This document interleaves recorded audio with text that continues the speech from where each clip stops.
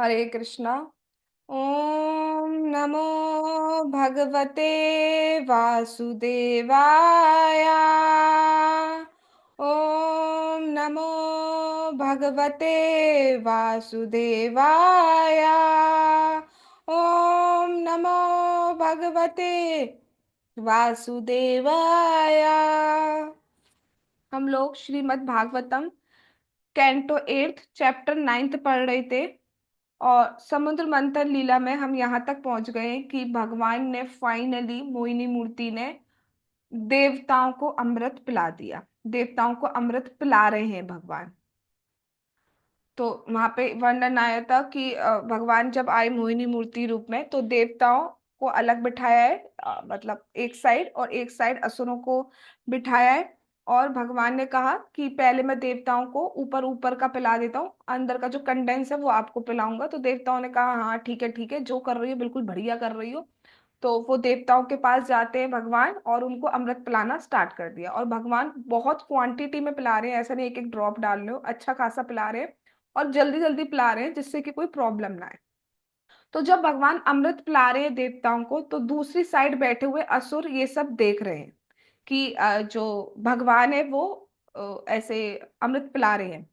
तो जब असुरों ने देखा किस तरीके से भगवान अमृत पिला रहे हैं तो असुरों का क्या रिएक्शन हुआ वो हम अब देखते हैं नेक्स्ट श्लोक से।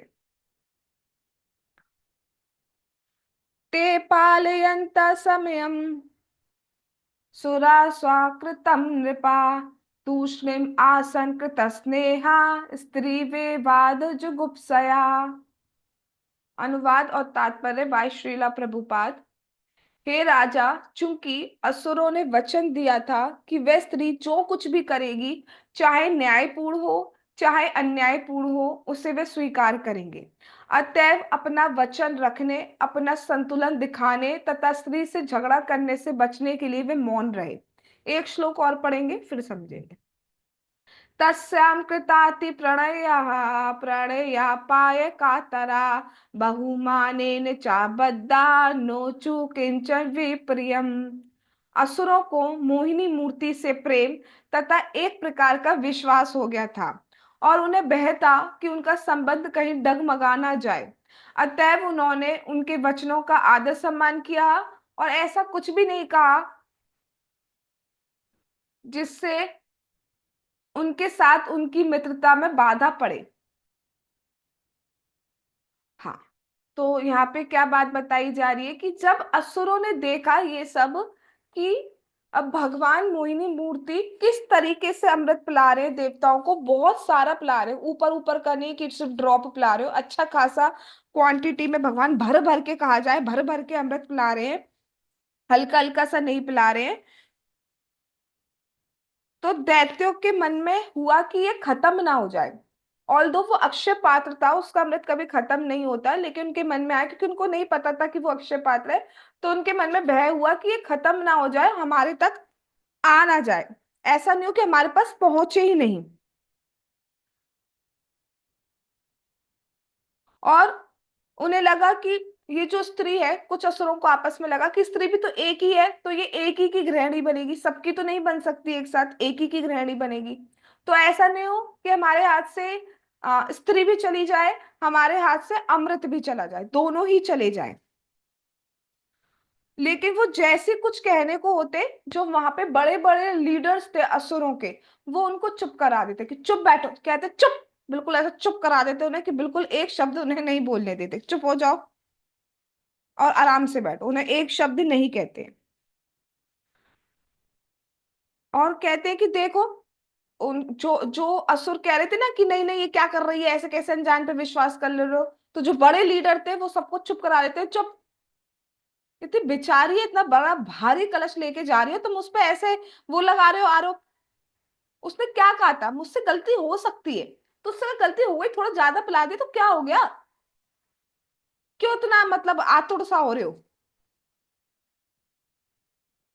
अब यहाँ पे सुखदेव गोस्वामी बताते हैं कि 6 रीजन है, 6 रीजन है जिसकी वजह से असुरों ने कुछ भी नहीं कहा। असुरों ने जाकर भगवान को रोका नहीं या कोई बाधा उत्पन्न नहीं करी या कुछ भी आवाज नहीं उठाई कि ऐसे कैसे हो रहा है, कुछ भी नहीं कहा। तो उनके मौन रहने के पीछे 6 रीजन बताए गए हैं।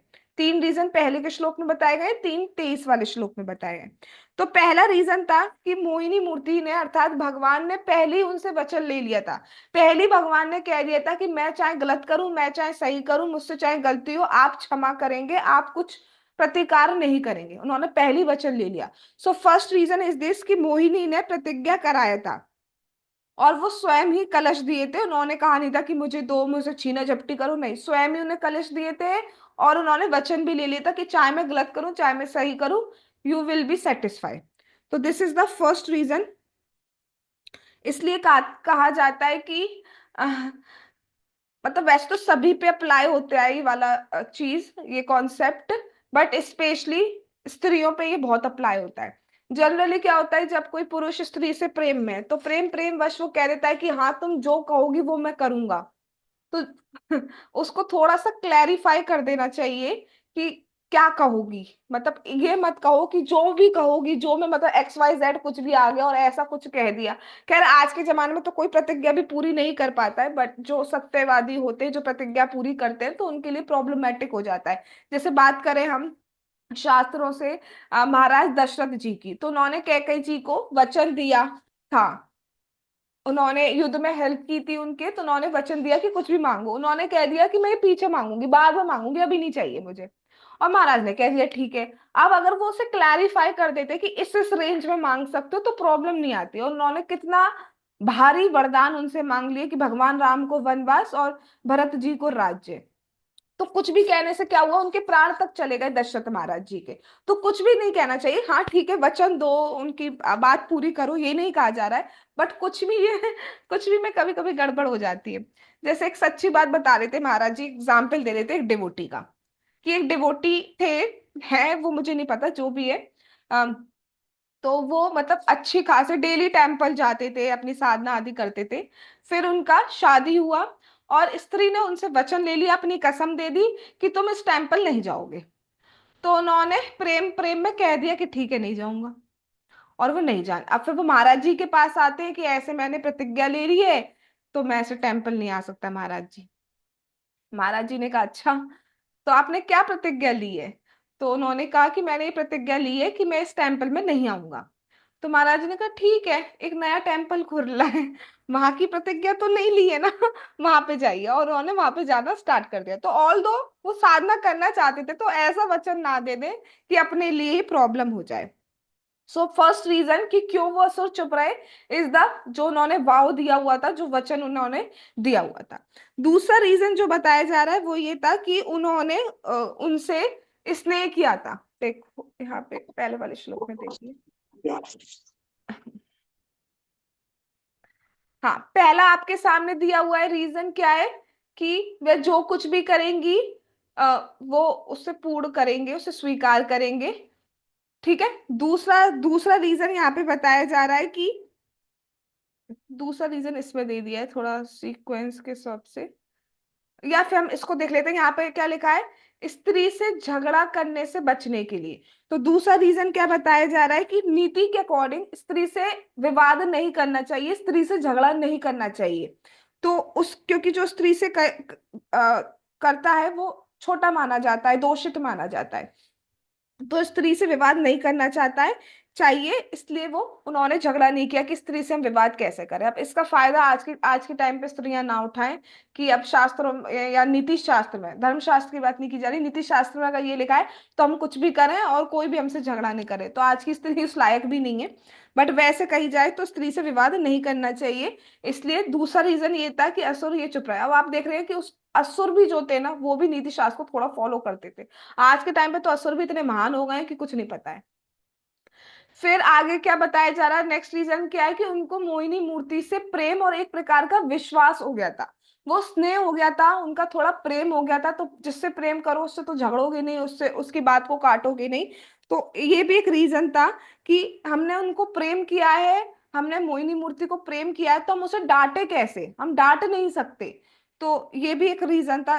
3 रीजन। चौथा रीजन यहाँ पे बताया है कि सिर्फ हमने ही नहीं किया है, मोहिनी ने भी हमसे स्नेह किया है। वो हमसे कितने सुंदर वचनों को बोल के गई है कि आप ही सब कुछ है, आप कितने बढ़िया लोग हैं, आप देखो कितना विश्वास कर रहे हो, इक्वालिटी डिस्ट्रीब्यूशन पे बिलीव रख रहे हो, आप बहुत अच्छे लोग हैं। तो ऐसे वचन उन्होंने बोले हैं, तो उसका आदर सम्मान किया है। ठीक है, तो ये भी एक रीजन था। 4, 5 रीजन बताया जा रहा है। फिफ्थ रीजन कि उनसे संबंध डगमगा ना जाए। अभी अभी हमारी नया नया संबंध बनाए, दोस्ती हुई है, ठीक है, और हम कुछ कहें तो वो गुस्सा ना हो जाए, हमें छोड़कर ना चली जाए, हमारा संबंध टूट ना जाए। तो this is the fifth reason कि उन्होंने नहीं कहा। और लास्ट रीजन बताया जा रहा है कि मोहिनी मूर्ति ने भी हमें बहुत आदर दिया है, हम उनके मान में बंध गए। तो ये 6 रीजन बताए जा रहे हैं कि जिसकी वजह से उन्होंने मोहिनी मूर्ति को जाकर रोका नहीं लिए। लेकिन ये एक मूर्खता है। बुद्धिमानी इसमें थी कि वो जाते, हाथ पकड़ते कि ये आप क्या कर रहे हो, किस तरीके की बात हुई थी। लेकिन नहीं, मोह इतना ज्यादा हो गया है कि कुछ समझ नहीं पा रहे हैं और चुपचाप बैठे हुए हैं। तो जब चुपचाप बैठे हुए हैं तो फिर क्या हुआ?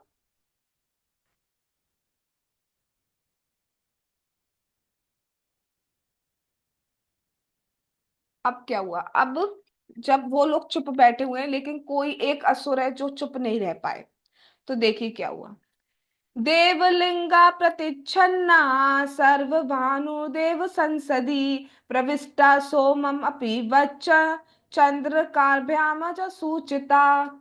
सूर्य तथा चंद्रमा को ग्रसने वाला असुर राहु अपने आप को देवता के वस्त्र से आच्छादित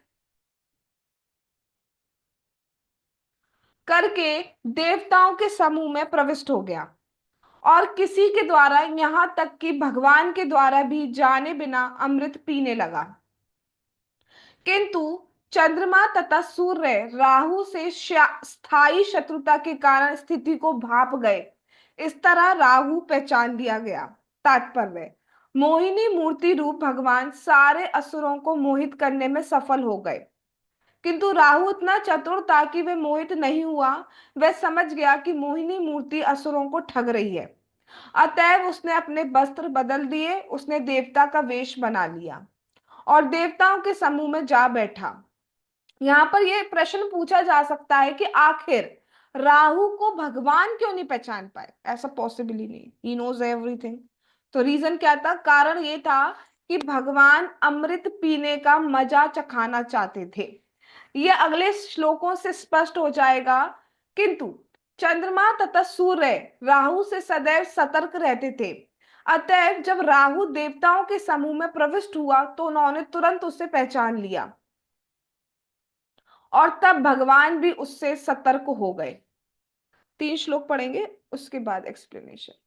चक्रेण क्षुरधारेण जहार पीबताशिरा हरिस्तस्या कबंधस्तु सुधया प्लावितो पतत। भगवान हरि ने छुरे के समान तेज धार वाले अपने चक्र को चलाकर तुरंत ही राहु का सिर छन छिन कर दिया। जब राहु का सिर उसके शरीर से कट गया तो वह शरीर अमृत का स्पर्श ना करने के कारण जीवित ना रह पाया। जब मोहिनी रूप भगवान ने राहु के सिर को उसके छिर शरीर से छिन कर दिया तो सर तो जीवित रहा, किंतु शरीर मृत हो गया। राहु मुख से अमृत पी रहा था और इससे पूर्व कि अमृत शरीर में प्रवेश करे उसका सिर काट दिया गया। इस तरह राहु का सर तो जीवित रहा, किंतु उसका शरीर मृत हो गया। भगवान द्वारा संपन्न ये अद्भुत कार्य ये दिखाने के लिए था कि अमृत अद्भुत देव आहार है। One more. शिरस्त्वमर्ताम्नीतम् अजोग्रमा चिकीपत यस्तु परवड़ि चंद्रार्का अवधि धावती वैरधि। किंतु अमृत का स्पर्श करने के कारण राहु का सर अमर हो गया।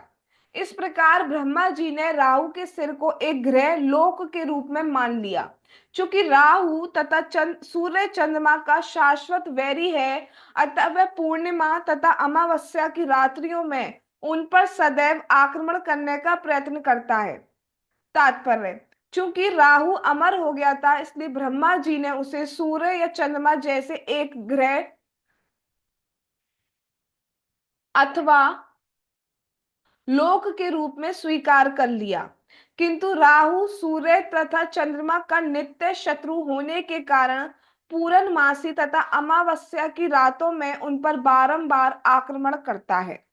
तो यहाँ पे क्या बात बताई जा रही है कि जो एक असुर था राहु, जब अमृत बांटा जा रहा था तो वो असुर समझ गया कि ये जो अमृत है अब ये इधर आने वाला नहीं है।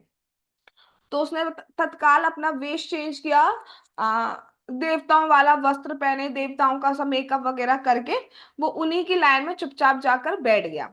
आ, और बैठा भी कहाँ पे, जहाँ पे सूर्य और चंद्रमा बैठे थे उधर जाके वो बैठ गया।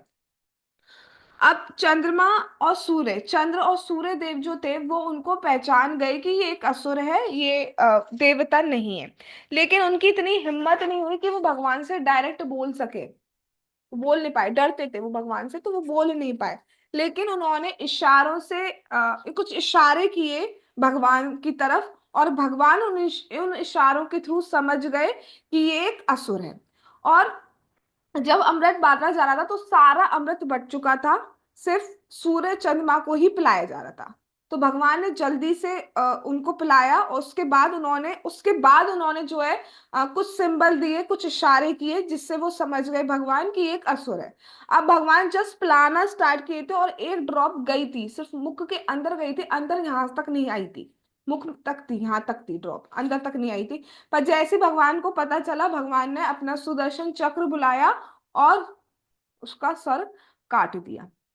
तो सर कटने से क्या हुआ कि धड़ पे, तो क्योंकि जो धड़ होता है मतलब जो बॉडी पोर्शन होता है, लोअर पोर्शन पूरा, मतलब यहाँ से गले से नीचे वाला, तो वहां पे तो अमृत जा नहीं पाया था, तो वो शरीर तो मृत हो गया। बट जो ऊपर का बॉडी है, मतलब ऊपर का जो फेस वाला पोर्शन है, माउथ वाला पोर्शन है, इसमें अमृत की ड्रॉप्स थी, तो ये पोर्शन जीवित रहा, ये नहीं मरा। और इसके बाद क्या हुआ, जो ब्रह्मा जी हैं उन्होंने क्या करा, उसको मतलब राहु को एक ग्रह के रूप में बना दिया। और हम सभी जानते हैं कि सूर्य ग्रहण और जो चंद्र ग्रहण पड़ता है वो यही पड़ता है कि पूर्णिमा और अमावस्या के दिन, पूर्णिमा के दिन चंद्रमा को, और अमावस्या के दिन सूर्य को ये जो राहु है ये परेशान करते हैं। लेकिन भगवान जो है वो तो सबके रक्षक है, तो भगवान उनकी हमेशा ही रक्षा करते हैं। अब बात, एक क्वेश्चन अराइज होता है कि क्यों भगवान कैसे नहीं पहचान पाए। तो भगवान सब कुछ जानते हैं, लेकिन भगवान पूरे जगत में अमृत का प्रभाव दिखाना चाहते थे कि ऐसा नहीं, इतनी मेहनत की गई है और कोई सोचे अमृत ऐसी, अमृत का कुछ नहीं होता है। तो अमृत का प्रभाव दिखाना चाहते थे कि अमृत वास्तव में ऐसा है कि उसका सिर अमर रहा और धड़ उसी क्षण खत्म हो गया। तो अमृत कितना प्रभावशाली है ये भगवान जगत में दिखाना चाहते थे। उसके बाद क्या हुआ,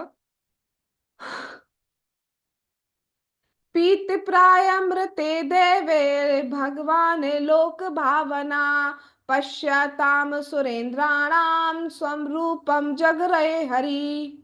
भगवान तीनों लोकों के सर्वश्रेष्ठ मित्र तथा शुभ चिंतक हैं।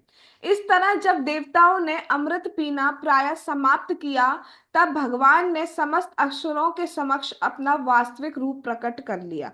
तो भगवान ने जब ये फाइनली सूर्य चंद्रमा को पिलाया है, तो उसके बाद भगवान ने मोहिनी रूप छोड़ा और तुरंत ही पुरुष चतुर्भुज रूप में गदा चक्र पद्म धारण किए हुए भगवान प्रकट हो गए। तो जब भगवान ने देखा कि सारे देवताओं ने लपालप अमृत पी लिया है, तो तुरंत ही भगवान ने चतुर्भुज रूप धारण कर लिया। और जब असुरों ने देखा कि ये तो विष्णु है साक्षात, तो वो हाय हाय करने लगे कि हमें नहीं पता था ये विष्णु है। एक दूसरे को गाली गलौच देने लगे, तू ही कह रहा था ना स्त्री अच्छी है, ये है वो है, और सर्व गुण है, सर्व रत्ना है, सर्व संपन्न है, तुम्हारे में ही 14 रत्न है। तुम ही कह रहे थे ना, तो एक दूसरे को गालियां देने लगे कि ये क्या करा भाई। ठीक है। लेकिन वो बहुत ज्यादा गुस्से में आ गए, सारे के सारे असुर हैं, और उन्होंने कहा कि हम युद्ध करेंगे। और उन्होंने घोषणा कर दी कि अब युद्ध होगा, अब तो युद्ध में मारा काटी जो करना है वो करेंगे। तो उन्होंने युद्ध का घोषणा कर दी कि अब दिखाते हैं। और उन्हें जरा भी डर नहीं लगा, उन्हें जरा भी भय नहीं हुआ कि उनके साइड भगवान है, अभी भी कुछ नहीं हो पाएगा, अभी भी तुम कुछ नहीं कर पाओगे। उन्हें कोई भय नहीं हुआ। असुर बुद्धि ही यही होती है कि भय नहीं होता है भगवान का। हम कई बार जगत में, आप लोगों ने भी सुना होगा कि स्वर्ग यही है, नरक यही है। अरे भैया, तुमने स्वर्ग और नरक का नाम कब सुना है? तुमने नाम सुना है, वो नाम आया कहाँ से? शास्त्र से नाम आया।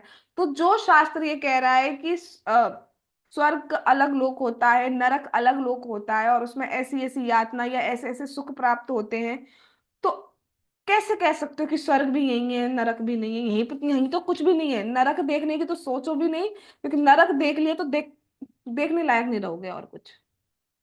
ऑल्दो आप लोग नहीं है, आप लोग तो भक्ति कर रहे हैं, भगवान का नाम कर रहे हैं, बट जो लोग कहते हैं मैं उनके पे बात कर रही हूँ। तो ऐसा नहीं है। तो अब उन्होंने युद्ध का ऐलान कर दिया कि अब उन्हें अमृत तो नहीं मिला, अब उनके प्राण भी जाएंगे।